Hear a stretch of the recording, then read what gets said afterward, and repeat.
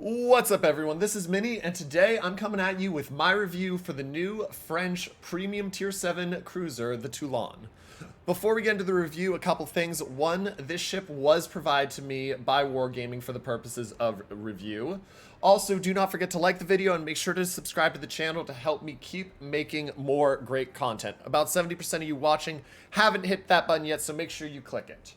Now, the Toulon is a new French heavy cruiser that is being released along with the French battle cruiser, heavy cruiser line in game. It's a tier 7, boasts 2x4 305mm guns with a 28-second reload time, 8,400 maximum damage on the AP, 4,000 change on the HE, and a 17% fire chance.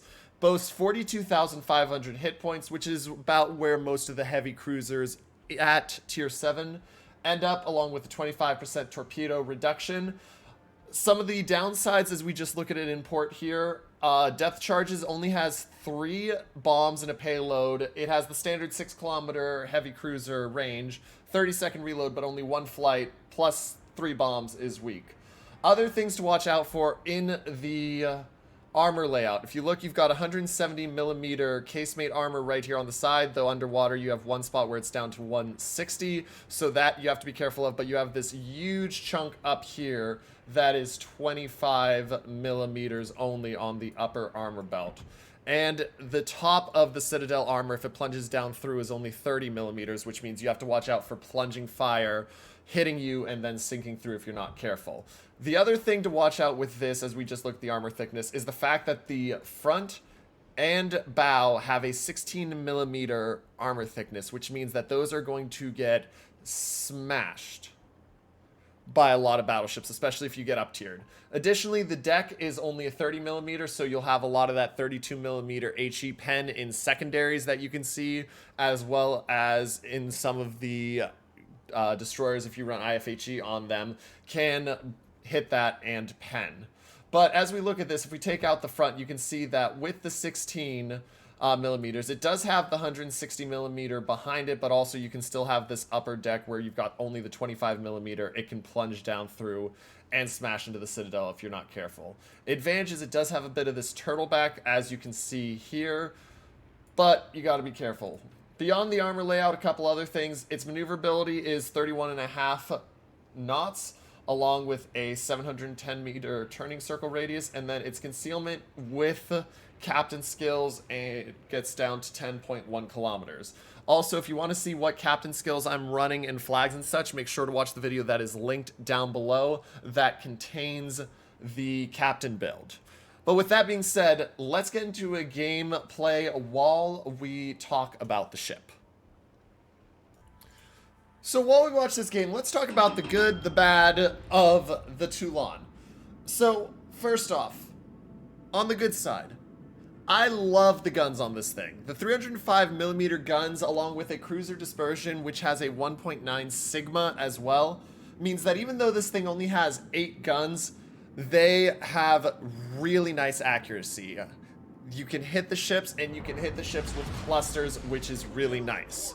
The AP is strong. We talked about 8,400 max damage on Citadel, but even the HE with the 4,000 damage and the 70% fire chance can smack ships for 4 to 6k on salvos, plus fires, and sometimes multiple fires. The dispersion of that also, like I said already, is very nice. On the downside with the guns is the fact that they have a really, really bad turret traverse time. The turret traverse time on these guns is 34.8 seconds, and as you can watch right here, I'm turning, but my guns were still drifting away from me while I was turning. They were not able to even stay at the same spot while I was in a hard turn. Now, I'm running Grease the Gears.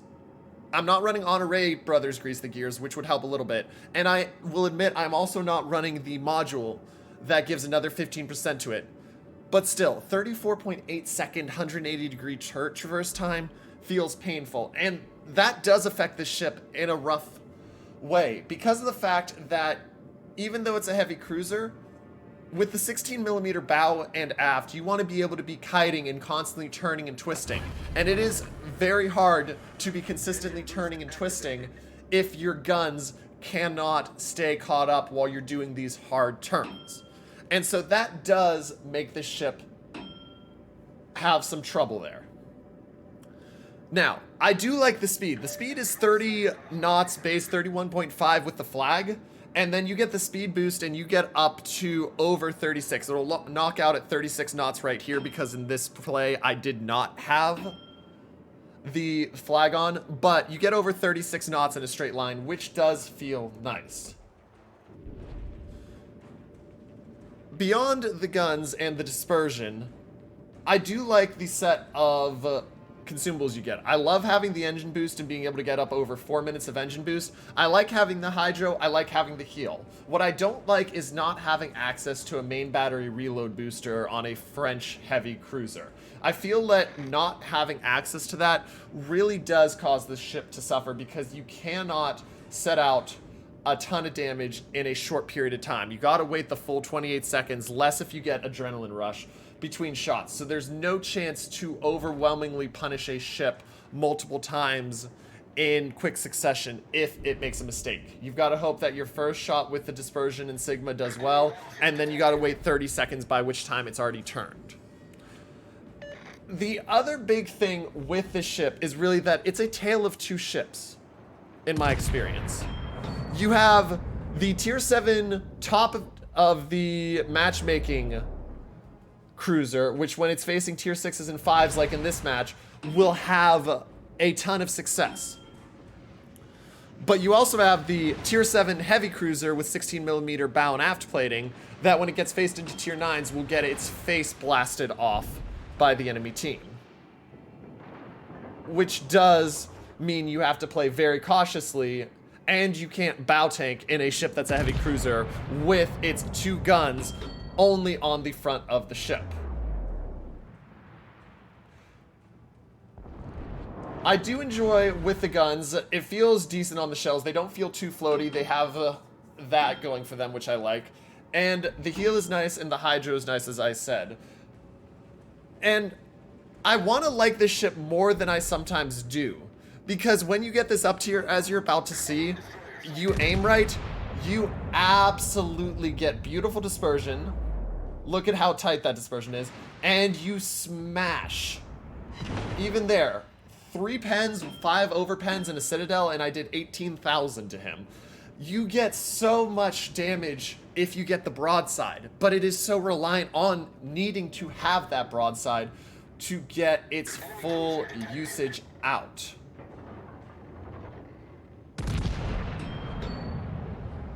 Another thing with the 28-second reload time that really hurts is your ability to fight off DDs is extremely low. You're going to be able to smack DDs for a good chunk, but you're only going to be able to do that once every 30 seconds.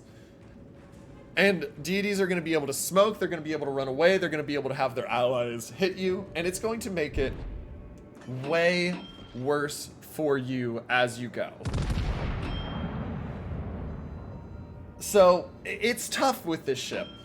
I know I'm going back and forth on the ship, but it is tough to say, how do I play the ship? Is it recommended, is it not?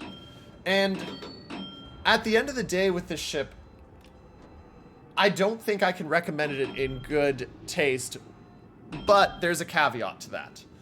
So first off, I don't think I can recommend it because while I'm showing you good gameplay here with a tier 7 top of the matchmaking game, you're not going to have that always. And tier 7 is notorious for feeling like you're going to constantly get tier 9 games. There's that HE I was talking about and how it does. So if you're going to be getting games where you're going to get overmatched and smashed, it is hard to recommend as a premium for you guys to get. But when you get the top tier, or even when you're facing 6, 7, 8, you can have a lot of fun in this ship, and it does make it enjoyable. Where I caveat these should you get this ship is the fact that right now, this ship is available only through the random bundles in the armory. This may change later on if they release into the armory for a set amount of doubloons, but right now, if you have this ship show up in your random bundles, for 1,000 doubloons, I can't say no, because, I mean, it's a tier 7 premium for 1,000 doubloons. It's another ship that you're going to have in your port that you won't need to worry about pulling out of Santa crates or super containers. And you can still have a lot of fun in this thing. It's just, the tier 9 matchmaking possibility really does hurt it. But let's talk about the gameplay we're watching. So we're 42,000 damage. You saw I managed to get fires on the Maxon, then set fires again as he had DCP'd. But I really do enjoy what this thing does. Observe as I hit the Koenig, and I'm aiming upper belt here on the Koenig. So we'll go in, we'll watch those shells. You can see they go in, and we only hit 2 pens and 2 overpens, and it's still 7,000 damage on him. I also really do enjoy the speed boost. 4-minute speed boost, 90-second reload time. You are zooming around the map quite a lot. And so it does give you the ability to get a lot of good times because you can outrun your enemy. This is one of the few wonky dispersions I had where I'm like, how did that aim so low? 3 non-pens, 1 torpedo protection hit, which is once again why you want to aim upper belt.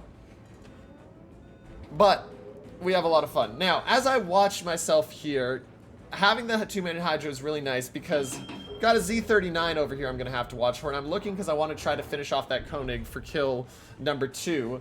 But our team is losing the base. So as we watch in here, we're going to see that the Koenig's going to turn in. I still got the AP loaded, and I'm going to shoot a little early, unfortunately. Otherwise, I would have snagged a kill, I believe. But I get the 1 overpen, knock him down to 300. And note, I was basically going full stop there. And so we are going to be able to dodge those, and then we're going to be able to pick it up.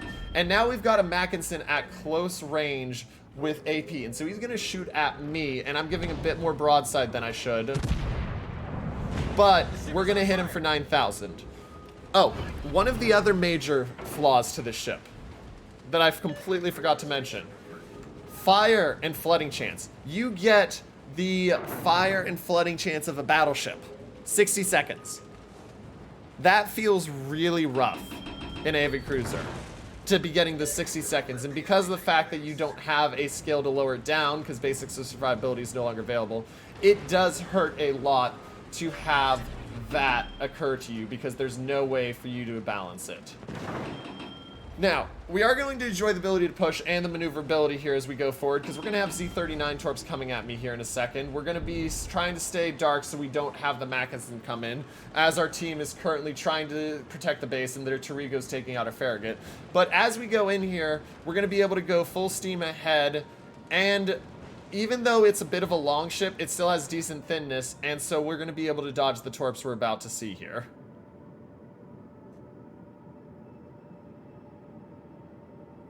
Dead ahead. Even with that angle, you can still get, with just a half turn, I managed to get that dodge in that time, which feels really good. Now, as we zoom around the cap, we're going to just speed it up because we're going to be zooming past the cap, and we're not going to be able to spot a Z39. You're never going to be able to spot a Z39. So we're going to look, and you're going to see some of the HE advantage now on DDs that I was talking about, where you have the plus and the negatives on it. So we're going to zoom across the cap, trying to find the Z39. We're not going to be able to find him. Put the fighter up to be able to try to find if the QE, the Queen Elizabeth, is anywhere. And then we're going to turn, and we're going to continue to lock him out of the cap. Z39 is eventually going to be forced out of the cap here, and we're going to dodge his torps again. And then we're going to, because he's been forced out, we're going to execute and go back and help our Dunkirk. So we get smacked there, and there's the Tarigo. Now, this is one of those spots where I talk about where having this slow gun time is painful. I'm doing a full turn, and it's taking guns a while to get over there. Fortunately, he's smoked up, so I'm not missing a chance to hit him. But even with turning my guns and my ship in the same way, it still takes a while to make it through that turn, because I was playing that turn most of the point at 2 times speed. So we'll go forward here. We're going to leave the cap, which I probably could have just stayed in, but we want to make sure that we don't lose our cap if the Dunkirk goes down, even though we should take their cap regardless with the Z39. So we're going to push forward here, and here you're going to see my ability to smack the DDs. So we dodge the Torigo Torps, and you'll see that he's at 5,000 health, 8 guns.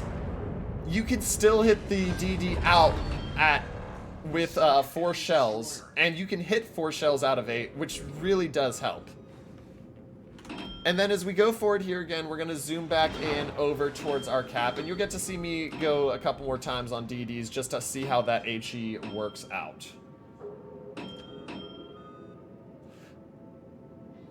Now, our team, I know at this point our team has won. We've got the ships in the cap, the Z-39 sitting there, but he can't reset all 3 of them enough, the Z-31 especially being dark, so he will be fine. And as we go here, we will see, we will use the speed boost, we will see the Fubuki, but then we'll see the Jean-Wei, and so of course, we will aim at the Jean-Wei. And we'll hit him even though I had some poor shooting there because I aimed low. But now comes where, like I said, you've got the downside. I'm going to be able to smack the Fubuki, but as you watch, because I have such a long reload time of 28 seconds, feeling like a battleship here, even though I'm going to hit him well there with the shells, we're going to hit 4 shells for 5,300 on him. I have nothing I can do for another 17 seconds still at this point, and because even with Adrenaline Rush, I'm only down to 24-second reload. And so I'm going to play the dodge here, and so we're going to see that Fubuki, and we're going to look forward here, and as you can see, we will get one more shot off. We'll take the Torp on the nose, and then we'll pop out one more shot there, and you can see 5 shells for 5,300 and the double perma fire. That will end the game right there, ladies and gentlemen, as we are about to take out the cap. So I hope this review helps you with the Toulon and whether or not to purchase it. Like I said, final thoughts once again. Fun ship if you get top tier. Less fun if you get bottom tier and can get blapped.